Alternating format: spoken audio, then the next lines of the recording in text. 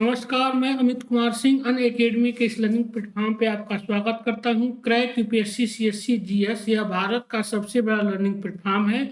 अगर आप हमारे चैनल यूपीएससी सीएससी को जब सब्सक्राइब करेंगे तो आपको यहां मिलेगा daily live classes, live test and quiz, structured course मिलेगा, अनलिमिटेड एक्सेस मिलेगा। मतलब आप एक ही वीडियो को कई बार देख सकते हैं और सुन सकते हैं। यह सुविधा आपको अन अकेडमी के प्लेटफॉर्म पे मिलेगी। इसके लिए आपको अन अकेडमी लर्निंग ऐप डाउनलोड करना होगा। इसके लिए आपको अन अकेडमी लर्निंग ऐप डाउनलोड करना होगा।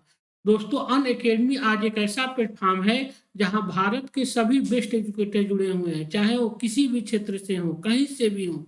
सभी आज अन अकेडमी के इस प्लेटफॉर्म से जुड़े हुए हैं, जहां आप अपने मनपसंद एजुकेटर से अपनी पढ़ाई कर सकते हैं।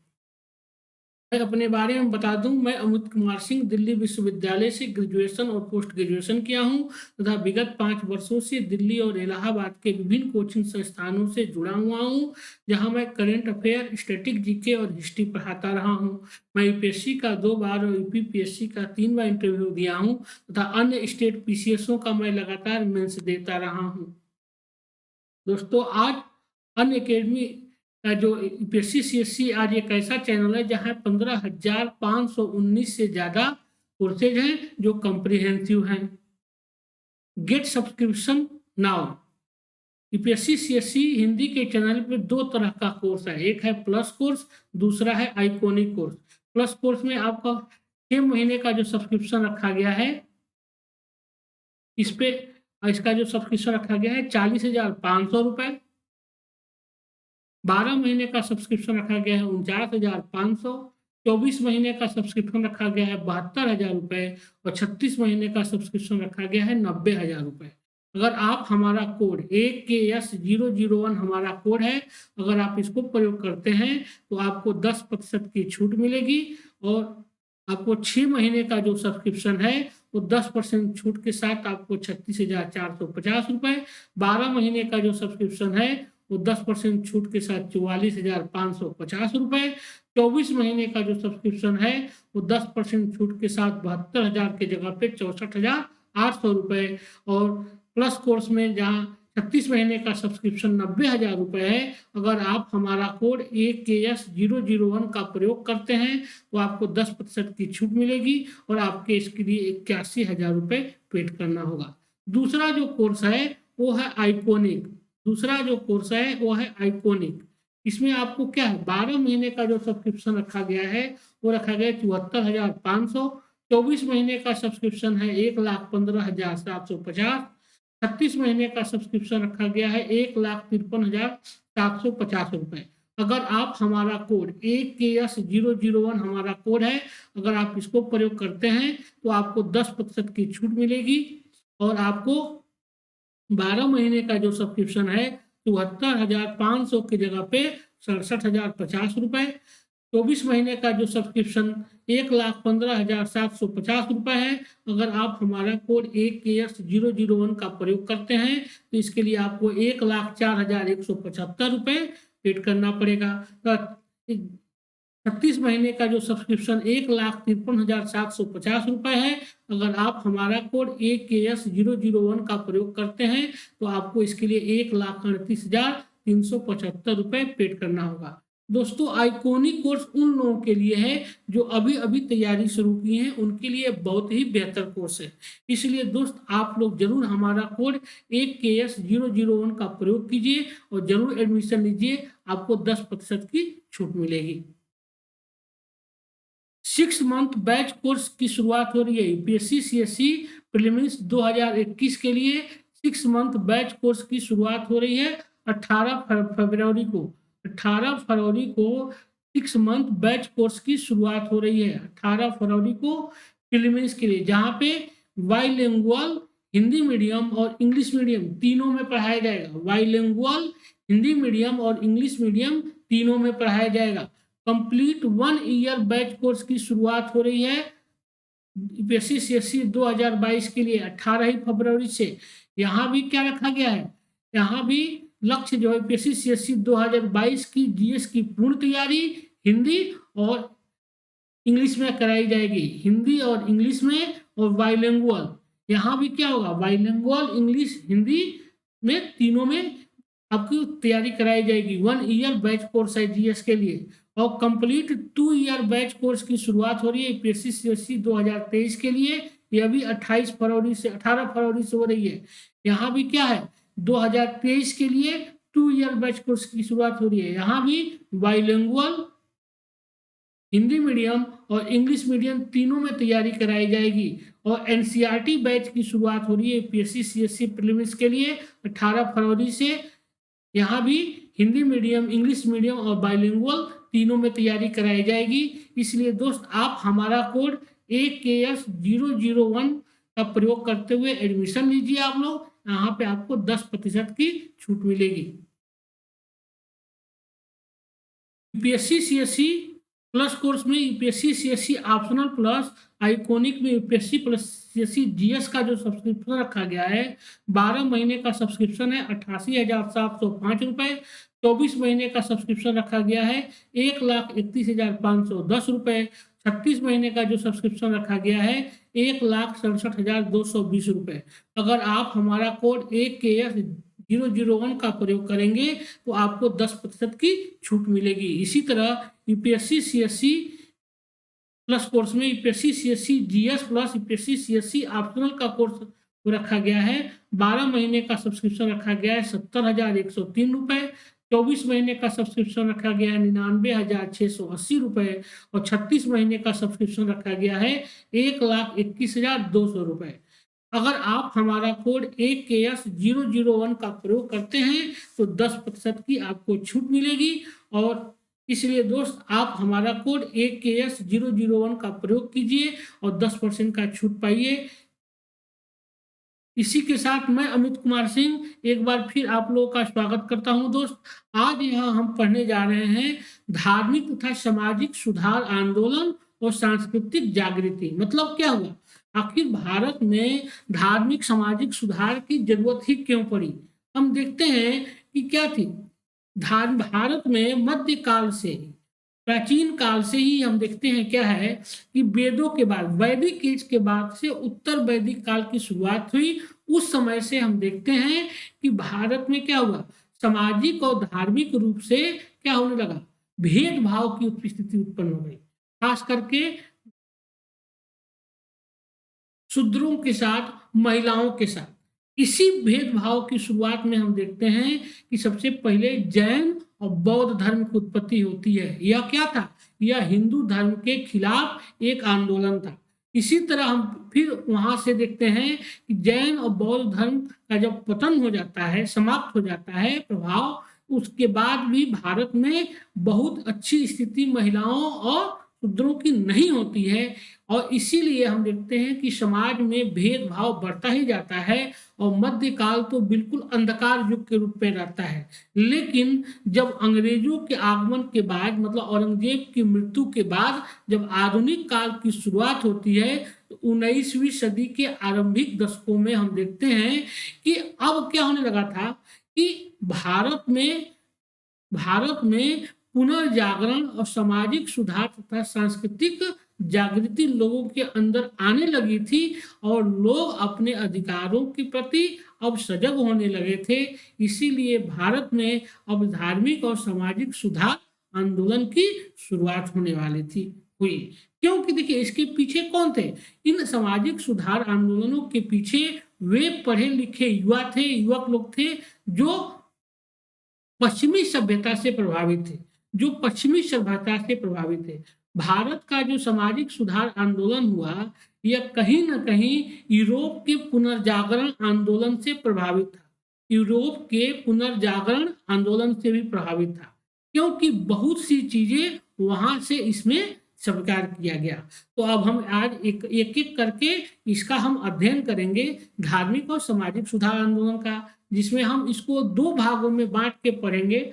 सबसे पहले हम पढ़ेंगे, इसको हम कहेंगे धार्मिक सामाजिक सुधार आंदोलन भाग 1 और भाग 2। आज हम भाग 1 के रूप में आज पढ़ेंगे राजा राम मोहन राय मतलब ब्रह्म समाज। ब्रह्म समाज के बाद ईश्वर चंद्र विद्यासागर का आंदोलन, हेनरी डेरिजियो का आंदोलन, थियोसॉफिकल सोसाइटी, एनी बेसेंट और पश्चिम में धार्मिक सुधार आंदोलन और दक्षिण में धार्मिक सुधार आंदोलन। आज के चैप्टर में हम इन सब चीजों का अध्ययन करेंगे। चलिए, 19वीं सदी 19वीं सदी के आरंभिक है 19वीं सदी के आरंभिक दशकों में देश के प्रत्येक भाग में यह आभास किया जाने लगा कि भारतीय समाज पिछड़ा हुआ है और इसे सुधारना आवश्यक है। क्या कर रहे हैं? देखिए, क्योंकि हम देखते हैं कि प्राचीन काल और मध्य काल से यह स्थिति बनी हुई चली आ रही थी कि भारतीय समाज जो है वह क्या है, विचार और सभ्यता के रूप में पिछड़ा हुआ है। क्योंकि जब हम क्या हुआ कि जब हम यूरोप के लोगों से संपर्क में आए और यूरोप के लोगों से संपर्क में आने के बाद जब हमें अपनी स्थितियों का आभास हुआ, जब पढ़े लिखे जो लोग थे पश्चिम के विचार से और अपने विचार की जब तुलना किए, रीति रिवाजों की तुलना किए, तो यह आभास होने लगा कि हम लोग क्या हैं, भारतीय समाज जो है वह पश्चिमी समाज की अपेक्षा काफी पिछड़ा हुआ है, इसलिए इसमें सुधार आवश्यक है। सामाजिक कुरीतियों और अंधविश्वासों ने धार्मिक विश्वासों का रूप धारण कर लिया था। क्या करें? सामाजिक जो भी कुरीतियां, जैसे सती प्रथा, बाल विवाह, विधवा पुनर्विवाह को हतोत्साहित करना आदि जो ये कुरीतियां थी जो समाज में अंधविश्वास थे, इसको क्या कर दिया गया था, इसको धार्मिक आडंबर के रूप में खड़ा कर दिया गया था। अतः देश के प्रत्येक भाग और प्रत्येक धार्मिक समुदाय में सामाजिक सुधार के जो आंदोलन आरंभ हुए वे धार्मिक सुधार के भी आंदोलन थे। क्या करा कि हम देख रहे हैं कि यह केवल हिंदू धर्म की ही दिक्कत नहीं थी, यह केवल हिंदू धर्म में ही नहीं था, भारत में जो भी धार्मिक धर्म था, चाहे वो हिंदू धर्म है, चाहे हम देखते हैं कि पारसी हैं, चाहे मुस्लिम धर्म है, सब में, चाहे दक्षिण में चाहे पश्चिम में, सभी जगह यह प्रॉब्लम थी, यह समस्या चारों तरफ थी। धार्मिक जो मतलब चारों तरफ क्या था, अविश्वास का माहौल था और सभी धर्मों में जो भी सामाजिक और धार्मिक सुधार आंदोलन हुए, इसी में सामाजिक सुधार आंदोलन हुए, वे क्या थे, वे धार्मिक सुधार से भी संबंधित थे। ये सुधारक जो थे, ये सुधारक बुद्धिवाद, मानवतावाद और मानव एकता के विचारों से अत्यधिक प्रभावित हुए थे। जो ये थे क्या थे, जो भी समाज सुधारक थे, चाहे वो राजा राम मोहन राय हुए, चाहे हम देखते हैं दयानंद सरस्वती हुए, चाहे स्वामी विवेकानंद हुए, चाहे दादा भाई नौरोजी हुए, चाहे मालवाड़ी हुए, चाहे अन्य मुस्लिम जो समाज सुधारक हुए, ये सभी लोग किस में, बुद्धिवाद, तर्कवाद, मानवता और मानवतावाद पे ज्यादा प्रभावित थे। मतलब यूरोप का जो प्रबुद्ध समाज था उससे लोग प्रभावित थे। उच्च विचारों और आधुनिक विज्ञान का ज्ञान भारत में लाने से पाश्चात्य शिक्षा में महत्वपूर्ण भूमिका निभाई। क्या कर रहा है कि हम देखते हैं कि भारत में अंग्रेजों के आने से क्या हुआ, अंग्रेजों से आने से भारत में देखते हैं कि क्या हुआ, आधुनिक विज्ञान, आधुनिक ज्ञान और पाश्चात्य शिक्षा का प्रभाव बढ़ा। ईसाई मिशनरियों के द्वारा पाश्चात्य शिक्षा पर काफी काम किया गया। इससे क्या हुआ कि भारत के लोग जो हुए पाश्चात्य शिक्षा ग्रहण करने के बाद वह क्या हुए, वो आधुनिक विज्ञान और उच्च विचारों से परिपोषित हुए। और यह जो था पाश्चात्य शिक्षा भारत में धार्मिक सुधार आंदोलन शुरू करने में, भारत में यह पुनर्जागरण जो हम इसको कहते हैं, भारत में धार्मिक सुधार आंदोलन को पुनर्जागरण भी कहा जाता है, रेनेसां भी कहा जाता है, इसमें ये लोगों ने महत्वपूर्ण भूमिका निभाई। सबसे पहले जो व्यक्ति थे वह थे राजा राम मोहन राय। पश्चिमी विचारों से प्रभावित होने वाले जो सबसे पहले व्यक्ति थे वो थे राजा राम मोहन राय। राजा राम मोहन राय का जन्म 22 मई 1872 में बंगाल के राधापुर नामक गांव में एक संपन्न ब्राह्मण परिवार में हुआ था। उन्होंने संस्कृत की पारंपरिक शिक्षा वाराणसी में और अरबी तथा फारसी की शिक्षा पटना में प्राप्त की। राम मोहन राय ने न केवल हिंदू धर्म का गहन अध्ययन किया बल्कि इस्लाम ईसाई धर्मों का भी गहन अध्ययन किया। देखिए, यही से प्रश्न पूछा गया है कई बार एग्जाम में कि राजा राम निम्नलिखित में से कौन संस्कृत के साथ साथ अरबी, फारसी और अंग्रेजी तथा हिंदी के भी, बंगाली आदि कई भाषाओं के ज्ञाता थे। वह थे राजा राम मोहन राय। जितनी इनकी पकड़ संस्कृत पे थी, जितनी की पकड़ बांग्ला पे थी, उतनी ही पकड़ अंग्रेजी पे भी थी और अन्य भारतीय भाषाओं पे भी उनकी उतनी ही पकड़ थी। इसीलिए इन्होंने क्या किया कि भारतीय भाषाओं को, भारतीय हिंदू धर्म को तो गहनता से अध्ययन ही किया, इन्होंने उसी के साथ इस्लाम और ईसाई धर्म का भी गहनता से अध्ययन किया और इन धर्मों के जो अच्छाई थी उस पर चलने के लिए इन्होंने प्रेरित किया।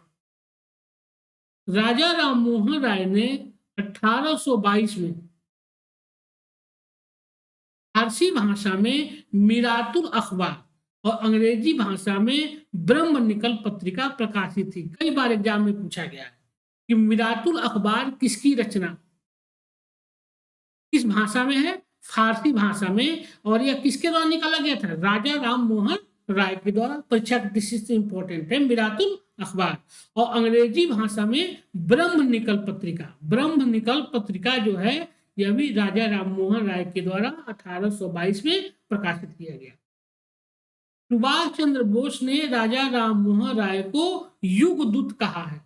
मतलब क्या कहते हैं कि राजा सुभाष चंद्र बोस ने राजा राम मोहन राय को उस युग का दूत कहा, युगदूत के नाम से संबोधित किया है। कई बार परीक्षा में पूछा गया है कि किसने राजा राम मोहन राय को युगदूत की संज्ञा दी है, तो वह है आपको सुभाष चंद्र बोस।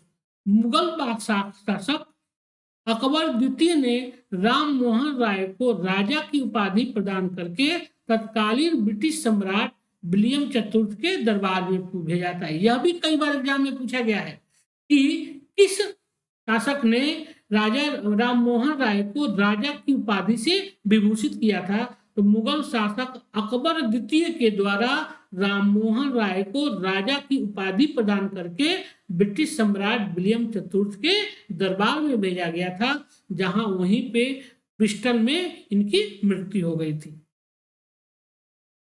राजा राम मोहन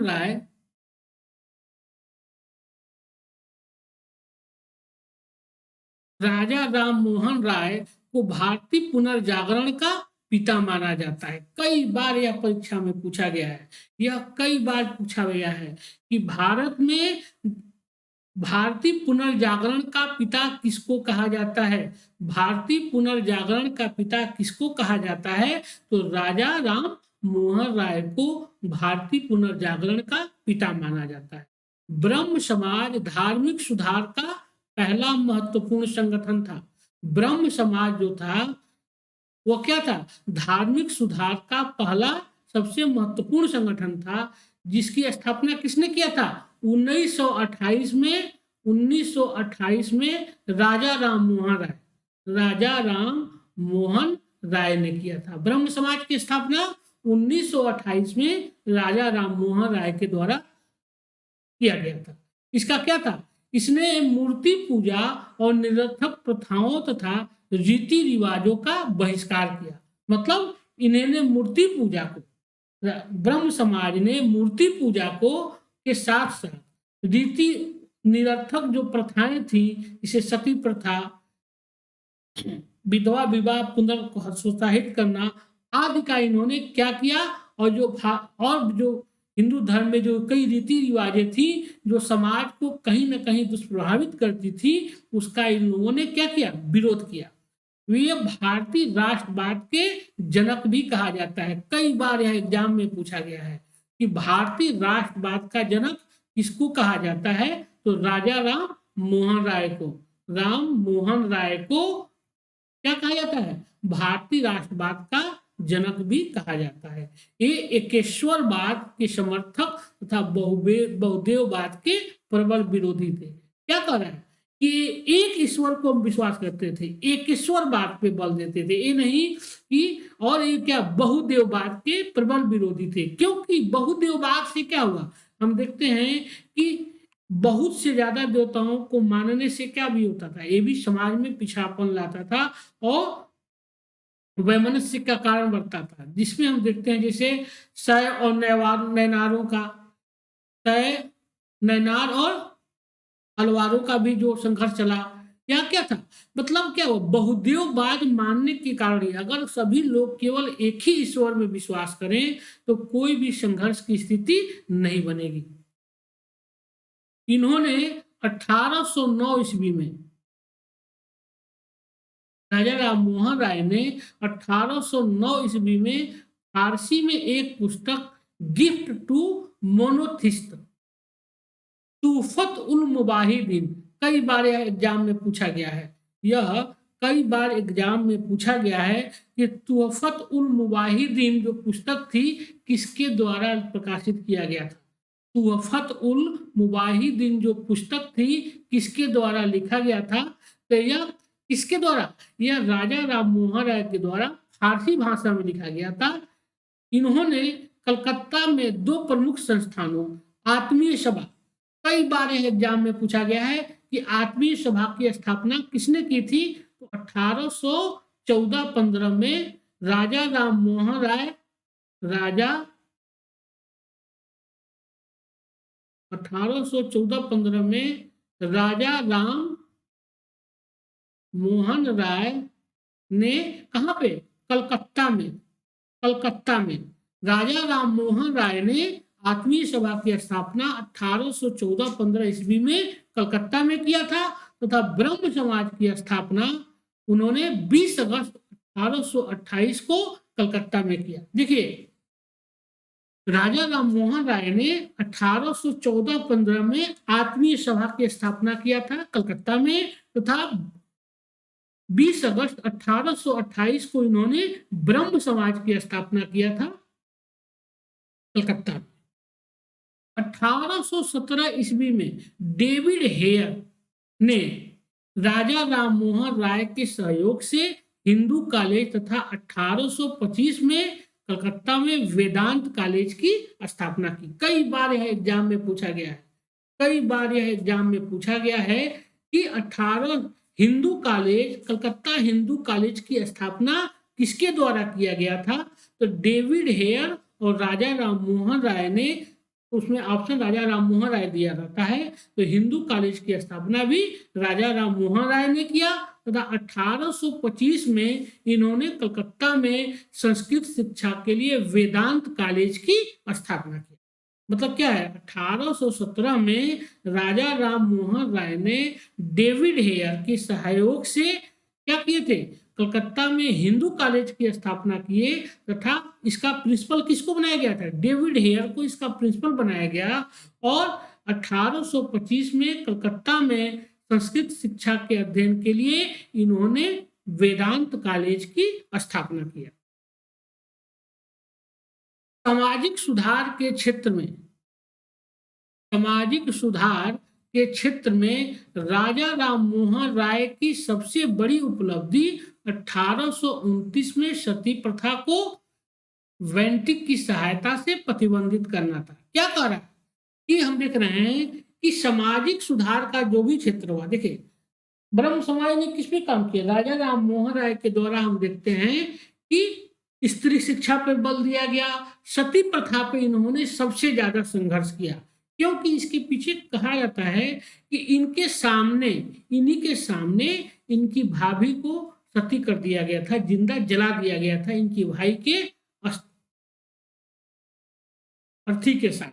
मतलब इन्होंने, तभी से इन्होंने सती प्रथा के खिलाफ इनके मन में विद्रोह की भावना जगी और 1829 में हम देखते हैं कि राजा राम मोहन राय के सहयोग से लॉर्ड विलियम बेंटिक ने सती प्रथा का अंत कर दिया था। तो परीक्षा में क्वेश्चन पूछता है कि किस रेगुलेशन के तहत सती प्रथा का अंत किया गया था।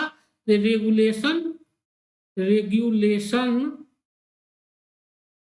17 के तहत, 17 के तहत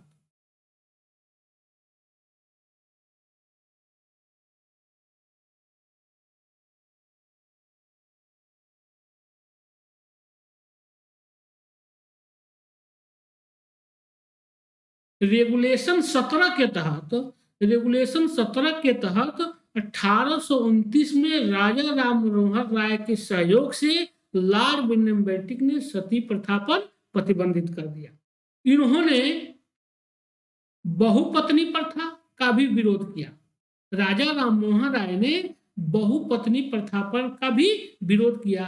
वे चाहते थे कि स्त्रियों के लिए शिक्षा की व्यवस्था हो, उन्हें संपत्ति का अधिकार मिले। क्या मिलता है, देखिए हम देखते हैं क्या कि उत्तर वैदिक काल से ही धीरे धीरे महिलाओं को संपत्ति से वंचित कर दिया गया। उसके पहले तक वैदिक काल में हम देखते हैं कि महिलाओं को संपत्ति के अधिकार में हिस्सेदार माना जाता था, लेकिन उत्तर वैदिक काल के बाद धीरे धीरे समाज ऐसा होता गया, पुरुष प्रधान समाज होता गया और महिलाओं को संपत्ति के अधिकार से वंचित कर दिया गया। मध्यकाल में स्थिति और बिगड़ी और जब आधुनिक काल की शुरुआत हुई तो राजा राम मोहन राय तथा अन्य इनके जैसे विचारकों ने स्त्री शिक्षा के लिए संघर्ष किया, स्त्रियों के अधिकार के लिए भी संघर्ष किया और इन लोगों का मानना था कि स्त्री महिला तभी सशक्त हो सकती है जब उसे शिक्षा मिले और उसे उत्तराधिकार में संपत्ति भी प्राप्त हो। इससे क्या होता है, महिला आर्थिक और सामाजिक सांस्कृतिक रूप से सशक्त हो सकती है। राजा राम मोहन राय की मृत्यु 1833 ईस्वी में ब्रिस्टल में हुई थी। कई बार यह एग्जाम में पूछा गया है कि राजा राम मोहन राय की मृत्यु कब हुई थी। तो राजा राम मोहन राय की जो मृत्यु हुई थी वह ब्रिस्टल में हुई थी।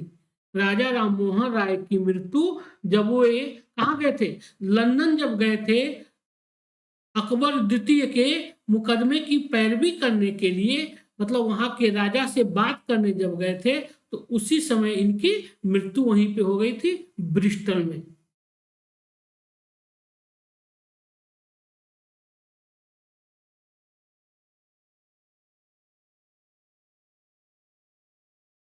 (1833) में, यह भी कई बार एग्जाम में पूछा गया है। इनके बाद राजा राम मोहन राय के बाद ब्रह्म समाज के दो प्रमुख अन्य नेता हुए। ब्रह्म समाज के दो अन्य प्रमुख नेता हुए, देवेंद्रनाथ ठाकुर या देवेंद्रनाथ टैगोर और केशवाचंद्र सेन। केशवाचंद्र सेन और देवेंद्रनाथ टैगोर दो और प्रमुख नेता हुए। 1886 ईस्वी में ब्रह्म समाज में विभाजन हो गया और केशवाचंद्र सेन ने भारतीय ब्रह्म समाज की स्थापना की। क्या कह रहा है, हम देख रहे हैं कि क्योंकि 1866 ईस्वी में ब्रह्म समाज का विभाजन हो गया, क्योंकि दो केशवाचंद्र सेन और देवेंद्रनाथ ठाकुर देखिए, केशवाचंद्र सेन क्या करते थे, केशवाचंद्र सेन ने बाल विवाह पर प्रतिबंध लगाने के लिए काफी संघर्ष किया और इन्होंने यह एक पूरे भारत में ब्रह्म समाज के सबसे सर्वमान्य नेता थे, क्योंकि इन्होंने ब्रह्म समाज के प्रचार के लिए पूरे भारत में सभी जगहों पे घूमा। लेकिन जब इन्होंने अपनी पुत्री का विवाह कूच बिहार के अपने नाबालिग पुत्री का विवाह कूच बिहार के राजा के साथ कर दिया तो इन्हें ब्रह्म समाज से निष्कासित कर दिया गया। केशवाचंद्र सेन ने खुद जब अपने विचारों की अवहेलना करते हुए अपनी नाबालिग पुत्री का विवाह जब कूच बिहार के राजा के साथ कर दिया तो इन्हें ब्रह्म समाज से निष्कासित कर दिया गया और निष्कासित होने के बाद केशवाचंद्र सेन ने भारतीय ब्रह्म समाज की स्थापना की। भारतीय ब्रह्म समाज की स्थापना की। कई बार एग्जाम में पूछा गया है कि भारतीय ब्रह्म समाज की स्थापना किसने की, और आदि ब्रह्म समाज जो था पुराना जो ब्रह्म समाज था वो देवेंद्र नाथ टैगोर के नेतृत्व में उसका नाम आदि ब्रह्म समाज रहा। देवेंद्र नाथ टैगोर के नेतृत्व में पुराने ब्रह्म समाज को आदि ब्रह्म समाज जाना गया। यह भी कई बार परीक्षा में पूछा गया। केशवा चंद्र सेन ने जाति प्रथा, धार्मिक रीति रिवाज, धर्म ग्रंथों के प्रमाणों को मानने से अस्वीकार कर दिया। केशवा चंद्र सेन ने क्या किए? जाति प्रथा का विरोध किए, धार्मिक जो रीति रिवाज जो फैले हुए थे उनका इन्होंने विरोध किया, और धर्म ग्रंथ के जो प्रमाणिक हैं, प्रमाण दिए गए हैं, उसको इन्होंने मानने से इनकार कर दिया। उन्होंने अंतरजातीय विवाह तथा पुनर्विवाह का समर्थन किया और पर्दा प्रथा और जातिगत भेदभाव का विरोध किया। मतलब क्या कर रहा है कि केशवा चंद्र सेन जो ब्रह्म समाज के एक बहुत बड़े नेता थे, इन्होंने क्या किया कि सामाजिक रीति रिवाजों का, इन्होंने धार्मिक रीति रिवाजों का भी इन्होंने विरोध किया, और इन्होंने धर्म ग्रंथ की जो प्रामाणिकता है उसको भी इन्होंने अस्वीकार कर दिया, और इन्होंने अंतरजातीय विवाह पर बल दिया। समाज में भेदभाव मिटाने के लिए इन्होंने अंतरजातीय विवाह पर बल दिया, पुनर्विवाह पर का समर्थन किया, मतलब विधवा पुनर्विवाह का इन्होंने समर्थन किया, पर्दा प्रथा तथा जातिगत भेदभाव जो किया जाता था उसका भी इन्होंने विरोध किया। प्रमुख संस्थान और उनके स्थापना वर्ष जो परीक्षा में पूछे जाते हैं। आत्मीय सभा की स्थापना 1814-15 में किसके द्वारा? राजा राम मोहन राय के द्वारा किया गया था। राजा राम मोहन राय के द्वारा किया गया था। वेदांत सोसाइटी की स्थापना 1816 में, ये भी राजा राम मोहन राय के द्वारा किया गया। हिंदू कॉलेज की स्थापना 1817 में, यह भी राजा राम मोहन राय और डेविड हेयर के द्वारा किया गया था। डेविड हेयर और उनके द्वारा किया था। प्रिसेप्ट्स ऑफ जीसस 1820 में, प्रमुख राजा राम मोहन राय के द्वारा किया गया। कलकत्ता यूनिटेरियन 1821। वेदांत कॉलेज की स्थापना राजा राम मोहन राय के द्वारा 1825 में किया गया। वेदांत कॉलेज की स्थापना कलकत्ता में, और ब्रह्म समाज की स्थापना 1828 में राजा राम मोहन राय के द्वारा कलकत्ता में किया गया।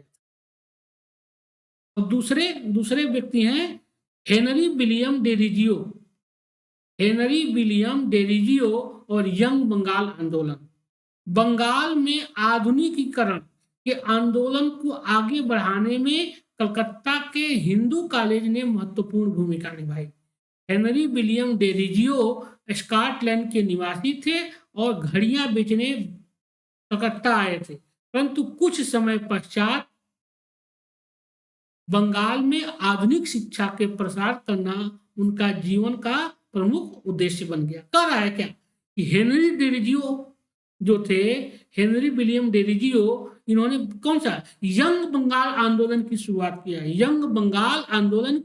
शुरुआत किया। इन्होंने इसके माध्यम से क्या हुआ, इन्होंने आधुनिक शिक्षा, स्त्री शिक्षा, पर्दा प्रथा आदि का विरोध किया। इन्होंने अपने आंदोलन के माध्यम से स्त्री शिक्षा और शिक्षा को, आधुनिक शिक्षा के प्रसार में महत्वपूर्ण भूमिका निभाई। ये कहाँ के? स्कॉटलैंड के निवासी थे और घड़ियां बेचने आए थे। कई बार यह पूछा है परीक्षा में कि हेनरी विलियम डेरिजियो जो थे वो पहले भारत वह किस लिए आए थे? तो वह घड़ियां बेचने आए थे, परंतु कुछ समय पश्चात उन्होंने क्या किए? बंगाल में आधुनिक शिक्षा के प्रसार करना उनका जीवन का उद्देश्य बन गया। 1826 ईस्वी में 17 साल की तरुण Henry William Derozio Hindu college के अध्यापक बने। क्या कर रहे हैं हम देखते हैं कि 1817 में राजा राम मोहन राय के साथ मिलकर इन्होंने कलकत्ता में हिंदू कॉलेज की स्थापना किया था। 1826 में मात्र 17 साल की उम्र में, 1826 में इन्होंने राजा राम मोहन राय के साथ मिलकर कलकत्ता हिंदू कॉलेज की स्थापना किया और इसके ये अध्यापक बने। आत्मीय उन्नति आत्मीय उन्नति एवं समाज सुधार के लिए इन्होंने दो संगठनों, एकेडमिक एसोसिएशन और society for the acquisition of general knowledge की स्थापना की। क्या कह रहा है कि हेनरी विलियम डेरोजियो के द्वारा सामाजिक सुधार के लिए दो संगठनों की स्थापना किया गया, एकेडमिक एसोसिएशन और society for the acquisition of general knowledge. देखिए यूपीएससी में, स्टेट पीसीएस में तो मैं नहीं, लेकिन यूपीएससी में इस तरह के प्रश्न पूछे जाते हैं।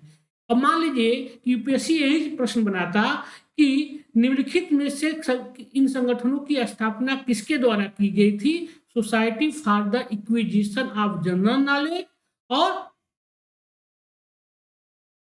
एंग्लो इंडियन हिंदू एसोसिएशन की स्थापना किसके द्वारा की गई। इस तरह के प्रश्न भी परीक्षा में यूपीएससी में, खास करके यूपीएससी सीएससी में जरूर पूछे जाते हैं, जो थोड़ा अननोन टाइप के होते हैं, मतलब जिसको हम लोग बहुत ज्यादा ध्यान नहीं दिए रहते हैं, उस तरह के प्रश्न भी परीक्षा में पूछे जाते हैं। इसी के साथ इसके अतिरिक्त इन्होंने एंग्लो इंडियन हिंदू एसोसिएशन, बंग हित सभा तथा डिबेटिंग क्लब की भी स्थापना किया था। हेनरी विलियम डेरोजियो तो आधुनिक भारत का प्रथम राष्ट्रवादी कवि माना जाता है। देखिए बहुत इंपॉर्टेंट है, यह बहुत इंपॉर्टेंट है, कई बार एग्जाम में पूछा गया है कि भारत का, आधुनिक भारत का प्रथम राष्ट्रवादी कवि किसको माना जाता है, तो हेनरी विलियम डेरोजियो को। इन्होंने ईस्ट इंडिया नामक दैनिक पत्र का भी संपादन किया था। इन्होंने ईस्ट इंडिया नामक दैनिक पत्र का भी संपादन किया था। ये थे हेनरी विलियम डेरोजियो। अब थियोसॉफिकल सोसाइटी, थियोसॉफिकल सोसाइटी की स्थापना 7 सितंबर 1875 में मैडम ब्लावात्स्की, एक रूसी महिला थी, और कर्नल हेनरी अल्काट, एक अमेरिकी सैनिक थे, इनके द्वारा न्यूयॉर्क में की गई थी। यह क्या था, एक आयरिश आंदोलन। देखिए थियोसॉफिकल सोसाइटी जो था, थियोसॉफिस्ट थे जो, वो किससे, आयरिश आंदोलन से प्रभावित थे, आयरिश आंदोलन से यह प्रभावित थे।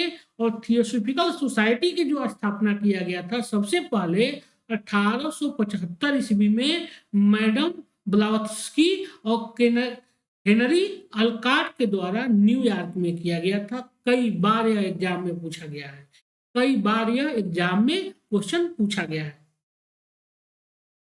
1882 ईस्वी में इन्होंने अपनी सोसाइटी का मुख्य कार्यालय मद्रास नगर के समीप अडयार में स्थापित किया। क्या कर रहा है कि भले ही हम देखते हैं कि 7 सितंबर 1875 को न्यूयॉर्क में थियोसॉफिकल सोसाइटी की स्थापना की गई, और भारत में 1882 में इसका मुख्यालय कहाँ बनाया गया, मद्रास के अडयार में बनाया गया।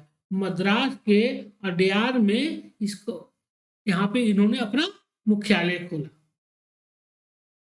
1897 ईस्वी में अल्काट की मृत्यु के बाद एनी बेसेंट थियोसॉफिकल सोसाइटी की अध्यक्षता बनी। भारत में इस आंदोलन की गतिविधियों का प्रचार एनी बेसेंट ने किया। क्या करा, हम देखते हैं कि भारत में अल्काट के द्वारा जब अडयार में थियोसॉफिकल सोसाइटी का मुख्यालय खोला गया, लेकिन 1897 में इनकी मृत्यु हो गई, और भारत में थियोसॉफिकल आंदोलन को आगे बढ़ाने का श्रेय एनी बेसेंट को दिया जाता है, जो इनके बाद क्या बनी, अल्काट की मृत्यु के बाद थियोसॉफिकल सोसाइटी की अध्यक्ष बनी, और भारत में सही रूप में थियोसॉफिकल आंदोलन शुरू करने का श्रेय इन्हीं दिया जाता है। और हम देखते हैं कि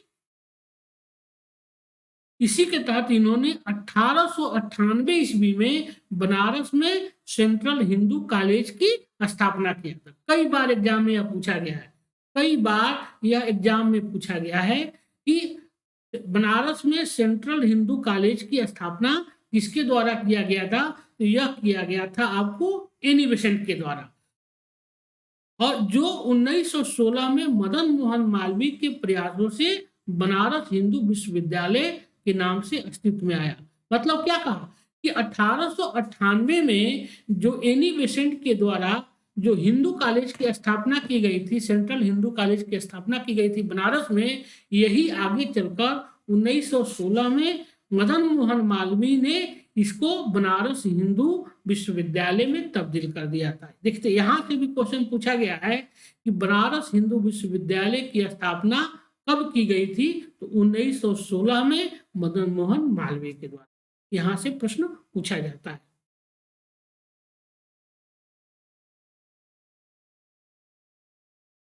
आयरलैंड में होम रूल लीग की स्थापना से प्रभावित होकर एनी बेसेंट ने भारत में होम रूल लीग की स्थापना की थी और 1917 में इनके कार्यों को देखते हुए प्रथम महिला अध्यक्ष कांग्रेस, भारतीय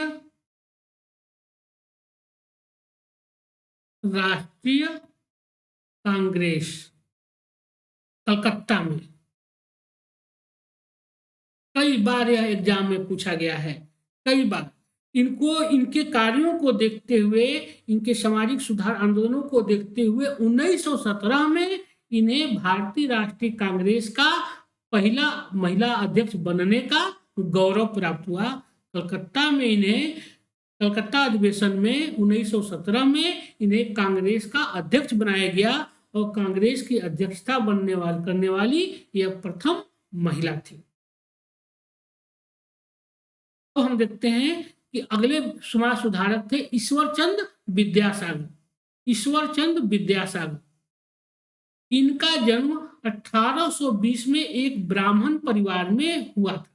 इन्होंने संस्कृत का गहन अध्ययन किया और 1851 ईस्वी में संस्कृत कॉलेज के प्रधानाचार्य बने। इनके अगाध पांडित्य के कारण के लिए संस्कृत कॉलेज ने उन्हें विद्यासागर की उपाधि से विभूषित किया। मतलब क्या हुआ, ये भी इनका भी जन्म एक ब्राह्मण परिवार में हुआ था और इन्होंने संस्कृत का गहन अध्ययन किया। भारतीय समाज, भारतीय साहित्य को जानने के लिए, भारतीय धर्म ग्रंथों को समझने के लिए इन्होंने संस्कृत का गहन अध्ययन किया और बाद में इन्हें संस्कृत कॉलेज का प्रधानाचार्य भी बनाया गया और इनके विद्वता को देखते हुए ही इन्हें विद्यासागर की उपाधि से विभूषित किया गया था। इन्होंने बांग्ला भाषा के विकास में महत्वपूर्ण योगदान दिया था, जिनके कारण इन्हें आधुनिक बांग्ला का प्रणेता भी माना जाता है। देखिए, इन्होंने संस्कृत के साथ साथ बांग्ला भाषा के भी विकास में महत्वपूर्ण भूमिका निभाई थी और इसीलिए इन्हें आधुनिक बांग्ला भाषा का क्या माना जाता है, प्रणेता माना जाता है। आधुनिक बांग्ला मतलब जो बांग्ला भाषा दिखाई दे रही है उसकी प्रणेता माना जाता है ईश्वरचंद विद्यासागर जी को।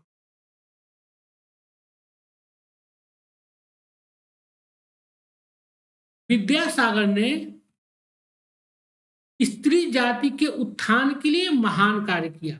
1856 में कलकत्ता में पहली बार एक विधवा पुनर्विवाह का आयोजन हुआ जिसमें विद्यासागर ने महत्वपूर्ण भूमिका निभाई। 1856 में हिंदू विधवा पुनर्विवाह कानून के निर्माण में इनका महत्वपूर्ण योगदान था। क्या कह रहे हैं कि स्त्री जाति के, विद्यासागर का सबसे ज्यादा अगर कहीं कोई कार्य रहा तो स्त्री जाति के उत्थान के लिए इन्होंने महान कार्य किया।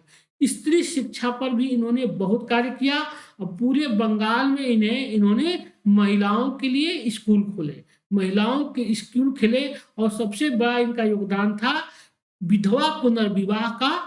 इन्हीं के प्रयास से पहली बार 1856 में कलकत्ता में विधवा पुनर्विवाह का आयोजन हुआ जिसमें विद्यासागर जी ने महत्वपूर्ण भूमिका निभाई थी और समाज को इसे प्रोत्साहित करने के लिए ईश्वरचंद विद्यासागर जी ने खुद अपनी भी शादी एक विधवा से की और 1856 में जो विधवा पुनर्विवाह कानून का निर्माण किया गया था। 1856 में विधवा पुनर्विवाह कानून 1856 में हिंदू विधवा पुनर्विवाह कानून जो पास किया, निर्माण किया गया, उसमें ईश्वर चंद्र विद्यासागर का महत्वपूर्ण योगदान था। मतलब इन्हीं के सहयोग से 1856 में हिंदू विधवा पुनर्विवाह कानून का निर्माण किया। तो हम देखते हैं कि पश्चिमी भारत में समाज सुधार आंदोलन।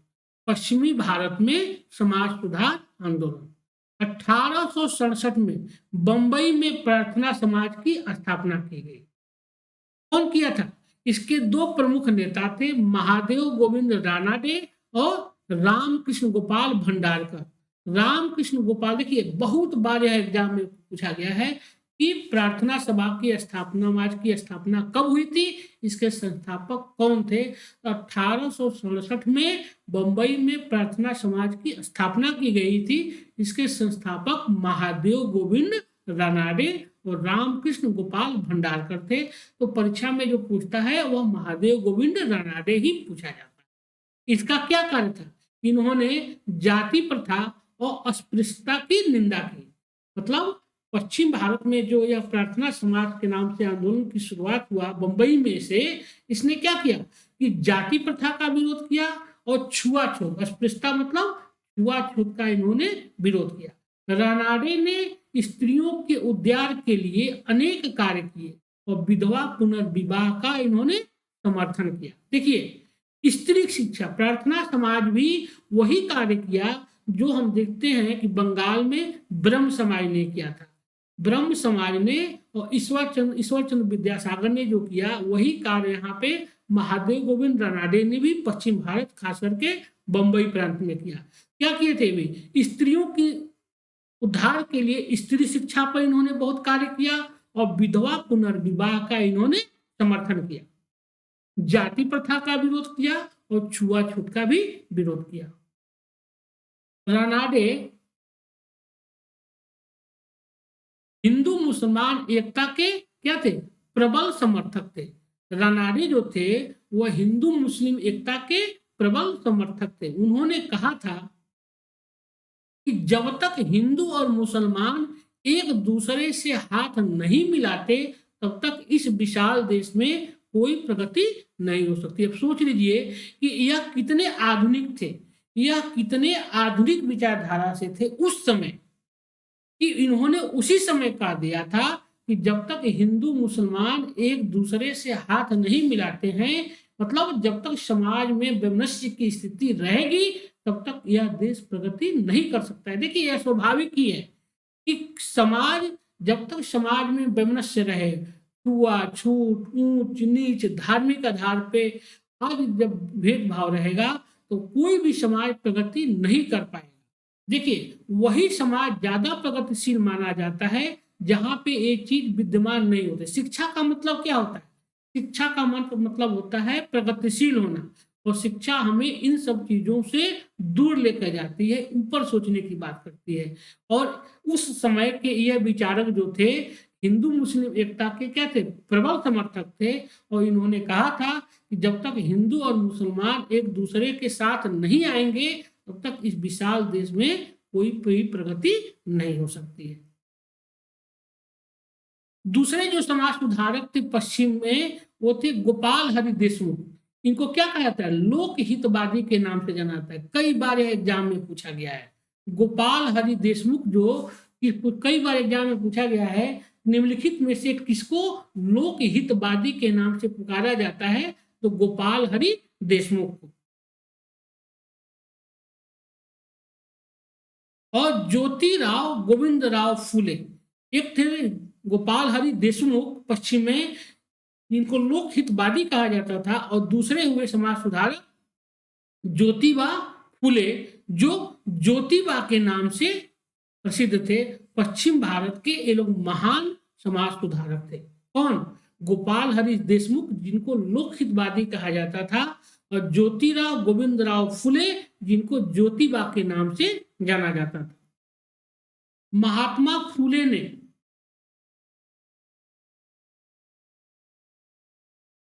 दलितों और स्त्रियों के उद्धार के लिए अपना जीवन अर्पित कर दिया।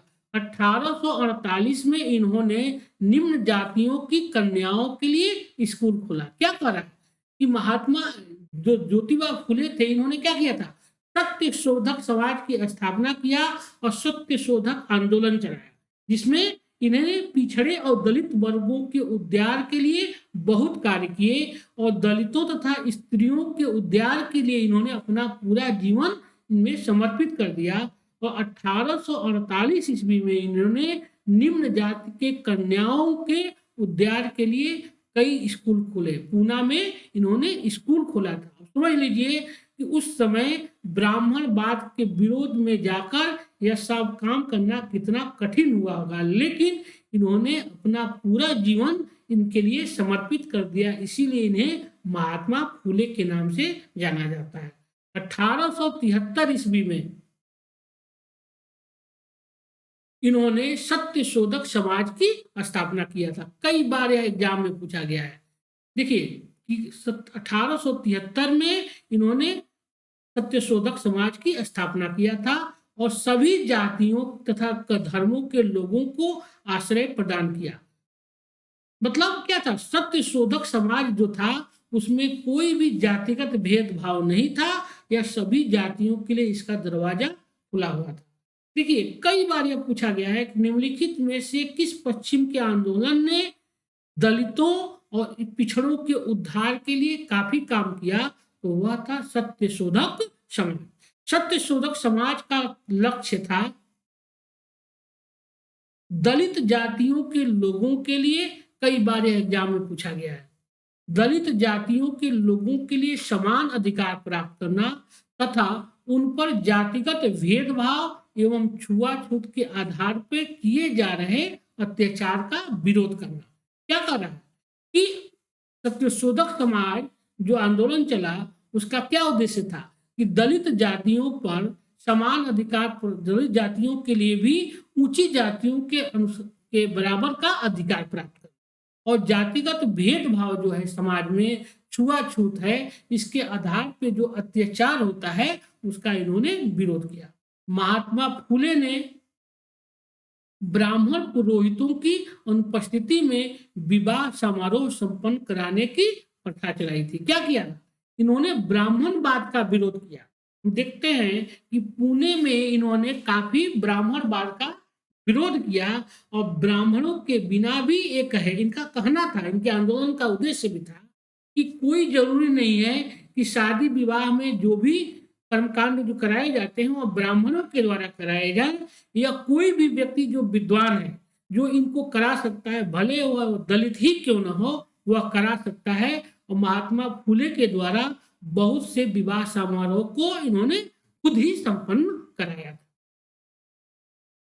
अब हम देखेंगे कि दक्षिण भारत में समाज सुधार आंदोलन, दक्षिण भारत में समाज सुधार आंदोलन।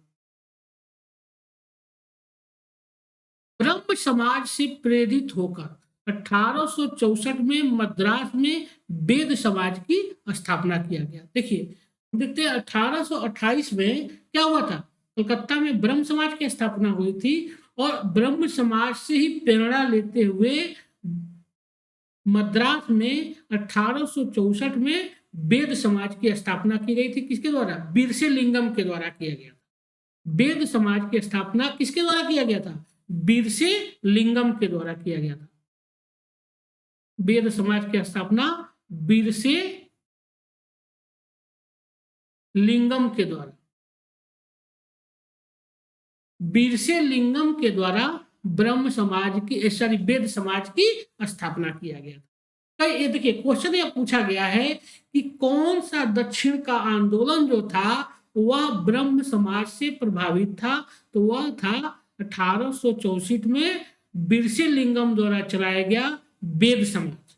वेद समाज जो था स्थापना किया गया था, यह ब्रह्म समाज से प्रभावित था। वेद समाज ने जाति भेदभाव का विरोध किया और विधवा पुनर्विवाह तथा कन्याओं की शिक्षा, कन्याओं की शिक्षा का समर्थन किया। क्या कर,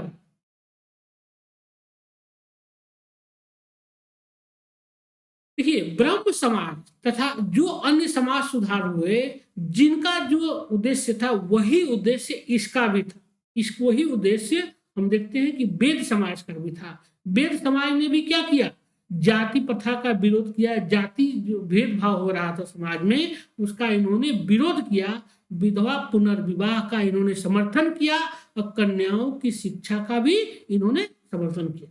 मतलब महिलाओं की शिक्षा और विधवा पुनर्विवाह और जाति में भेदभाव का इन्होंने विरोध किया था। किसे, विरसेलिंगम ने अपने संगठन वेद समाज के माध्यम से। वेद समाज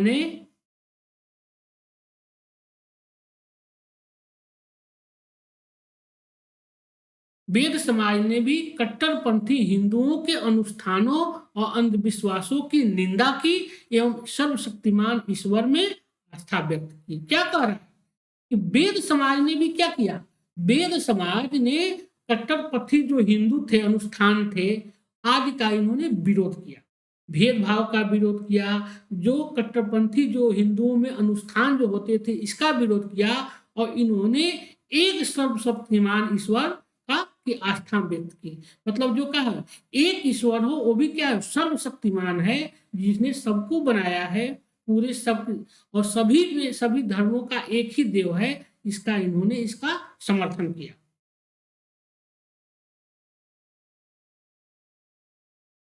विरसेलिंगम जो थे, कुंडुकुरी, इनका देखिए पूरा नाम इनका था कुंडुकुरी विरसेलिंगम। यह दक्षिण भारत में सुधार आंदोलनों के एक प्रमुख नेता थे। इनका जन्म 1848 में आंध्र प्रदेश के एक कट्टरपंथी ब्राह्मण परिवार में हुआ था। सोच लीजिए कि यह शिक्षा का ही नतीजा था कि जिस यह परिवार में पैदा लिए थे, खुद एक कट्टरपंथी ब्राह्मण परिवार में पैदा लिए थे विरसेलिंगम, और इन्हीं ने वेद समाज की स्थापना करके इन्होंने एक मूवमेंट चलाया और ब्राह्मणवाद, कट्टर ब्राह्मणवाद, जाति प्रथा, विधवा पुनर्विवाह का भी इन्होंने क्या किया, समर्थन किया, और जाति प्रथा का इन्होंने विरोध किया। 1876 ईस्वी में इन्होंने तेलुगु पत्रिका प्रारंभ की, जो पूर्णतः किस पे, सामाजिक सुधार कार्य में के लिए समर्पित थी।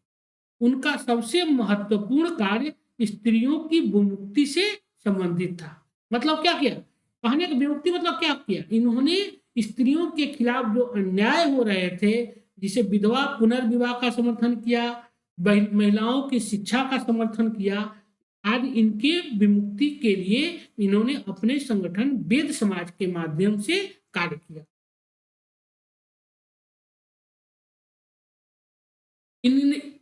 इसमें वही जो बताए हैं कि कन्याओं की शिक्षा और विधवा पुनर्विवाह के लिए किया गया इनका कार्य शामिल है। केरल में अगले जो समाज सुधारक दक्षिण में हुए महान समाज सुधारक थे, केरल में नारायण गुरु ने दलितों उद्धार का एक महत्वपूर्ण आंदोलन शुरू किया था। यहाँ पे दक्षिण में इनका जन्म 1854 में एक एजवा दलित परिवार में हुआ था। नारायण गुरु जो थे, यह केरल के एक बहुत बड़े समाज सुधारक हुए, बहुत बड़े समाजक सुधारक हुए।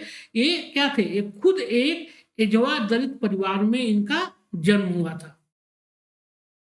नारायण गुरु ने संस्कृत का ज्ञान प्राप्त किया और संपूर्ण दलित वर्गों के उत्थान के लिए अपना संपूर्ण जीवन अर्पित कर दिया।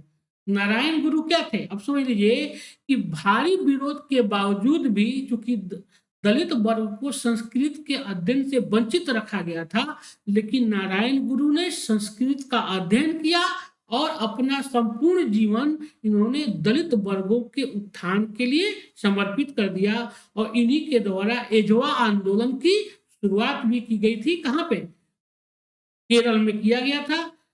जो क्या था, मंदिर एजवा आंदोलन जो था वह मंदिर प्रवेश आंदोलन था, जो नारायण गुरु के द्वारा शुरू किया गया था। 1803 ईस्वी में नारायण गुरु ने केरल से बाहर श्री नारायण धर्म परिपालन योगक्षेम नामक एक संस्था की स्थापना की थी। कई बार यह एग्जाम में पूछा गया कि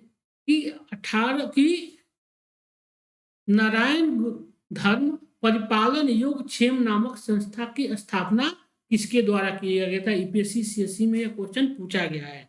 तो यह नारायण गुरु के द्वारा यह स्थापना किया गया था। और नारायण गुरु ने एक नारा दिया था कि एक जाति, एक ईश्वर और एक धर्म। एक जाति, इनका क्या नारा था? इनका नारा था एक जाति, एक ईश्वर तथा एक धर्म। एक जाति, एक ईश्वर तथा एक धर्म, मतलब क्या हो? समाज में केवल एक ही जाति हो, क्या हो? मानव जाति हो, और सबका क्या हो? एक समान ईश्वर हो, मतलब इसमें भी कोई भेदभाव नहीं हो, और सबका धर्म क्या हो? एक ही धर्म हो, जो भी हो वह एक ही धर्म हो। मतलब एक जाति, एक ईश्वर तथा एक धर्म का नारा इन्होंने, नारायण गुरु ने दिया था अपने नारायण धर्म परिपालन योगक्षेम के माध्यम से। यह दक्षिण भारत के एक महत्वपूर्ण समाज सुधारक थे। इस तरह अब आज का क्लास हम यही समाप्त करते हैं।